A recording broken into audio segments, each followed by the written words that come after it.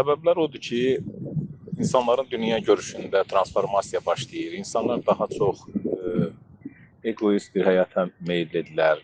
Ailə, uşaq qayğısı çəkmək istəmirlər.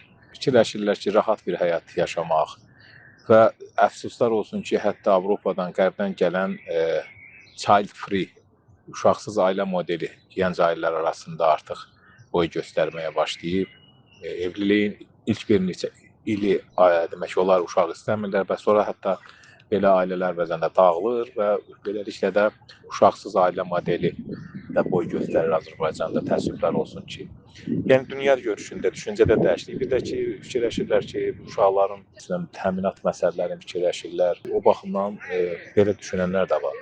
Və biraz da insanlar sanki özləri üçün yaşamaq istəyirlər də, yəni belə motivasiya edici, stimul verici məncə alətlər olmalıdır ki, bax bu demoqrafik ləngiməni qarşısını almaq mümkün olsun. Çünki ölkəmizdə artıq demoqrafik längimə bir neçə ildir özünü göstərir.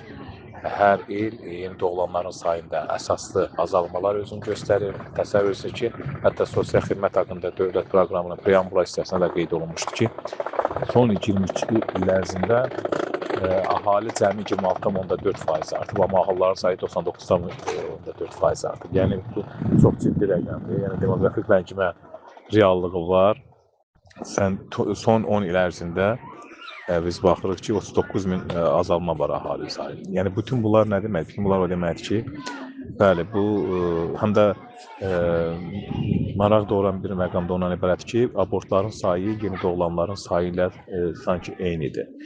Cüzi fərq var. Bu o deməkdir ki, bəli, bu insanlar daha egoist, daha bəncil bir həyata meyillidirlər. Uşaq marağında deyirlər. Hətta gənclər ailə qurmağa həvəsli deyirlər. Bunlara boşanmaların artan statistikası da təsir göstərib. Digər tərəfdən düşüncə qeyd etdiyim kimi düşüncə transformasiyasını yaşayırlar bugün. Azərbaycan ümumiyyətlə ailəsində bugün məzmununda, strukturunda dəyişikliklər var. Ailə institutunda dəyişikliklər gedir, təbəddülatlar gedir. Əlbəttə, bu demoqrafik ləngimə prosesini aradan qaldırmaq üçün əgər demək, bu çox ciddi bir tendensiya halını alsa, daha da kritik bir vəziyyət yaratsa, yəqin ki, demək, demoqrafik həvəsləndirmə alətlərindən istifadə olunacaq, uşaq pulu adlanan sosial müavinətlərin bərpası, diferensial uşaq müavinətləri, ondan sonra demək, belə deyək ki, necə ki, ABŞ-da Trump 2026-28-ci ili əhatə edən proqram qəbul elədi. Yeni doğulan uşaqların adına hesab açılır, $1000 civarında vəsait qoyulur, hansı ki, az təminatlı ailədə doğulan uşaqlar üçün, yəni mediana mərkəbi $150.000-dan aşağı olan demək, ailələr üçün bu nəzərdə tutulur. Yəqin ki, bax bu model oxşar model, hansı ki, həmin modeldə orada demək ki, uşağın adına hesab açılır, $1000 pul qoyulur, sonra həmin pul da depozit kimi qiymətli kağızlar bazarına yatırılır və o da gələcəkdə uşaq ondan istifadə edə bilir. Azərbaycanda da olmasa $1000 hər doğulan uşağa hesabını açıla bilər və $100 onun demək, hesaba pul qoyula bilər, depozit kimi yönələ bilər və o gələcəkdə uşaq ondan istifadə edə bilsin. Və yaxud da ki, demək ki, gənc ailələrin mənzil şəraitini yaxşılaşdırmaq üçün düzdür, bizdə güzəştli mənzillər fondu var, amma gənclər və gənc ailələrin az kateqoriyasını əhatə edir. Yaxşı olar ki, onun geniş kateqoriyasını əhatə edəsin.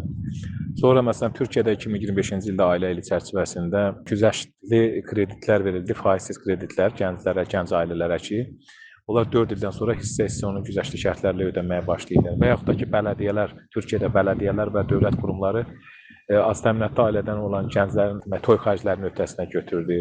Və yaxud da gənclərin məşğulluq məsələsi, məşğulluq marafonları təşkil edirlər ki, gənclər işləsinlər ki, ailə qurmaq haqqında düşünsünlər. Yəni belə təşviq alətlərindən istifadə eləmək olar. Və yaxud da ki, parlamentdə də müzakirə olunurdu, çoxuşaqlı ailənin 5-dən 3-ə endirilməsi məsələsi ki, 5-dən 3-ə endirilərsə, artıq ailə planlaşmasında Azərbaycanda da 3 uşaqlıya üstünlük verəcəklər. Bu da demoqrafik artıma gətirib çıxara bilən addım sayıla bilər.